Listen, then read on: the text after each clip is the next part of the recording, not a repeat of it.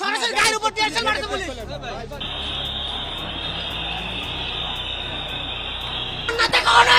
আটকে রাখা যাবে না, এইভাবে পুলিশ দিয়ে হামলা করে আটকে রাখা যাবে না জগন্নাথকে।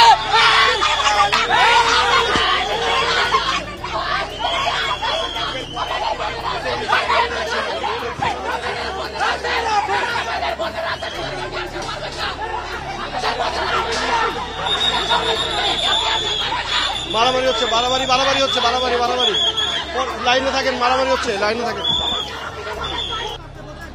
কত বড় নিকৃষ্ট হলে ভিতরে মেয়েগুলো আছে দূরে অবস্থান নিচ্ছে। মেয়েদের করে মারছে, ওরা দুইটা ইট মারছে, মেয়েদের মেয়েদের মাথার উপর মারছে, মেয়েদের গায়ে দিয়ে মারছে, ছবি আছে মেয়েদের মাথার উপর দিয়ে মারছে। মেয়েদের গায়ে মারা সাংঘাতিক অবস্থা। আপনারা জানেন 20 বছর যাবত হল বঞ্চিত আমরা। মেয়েদের নাম মাত্র একটা হল আছে, ছেলেরা টিউশন করে হল ছাড়া থাকে।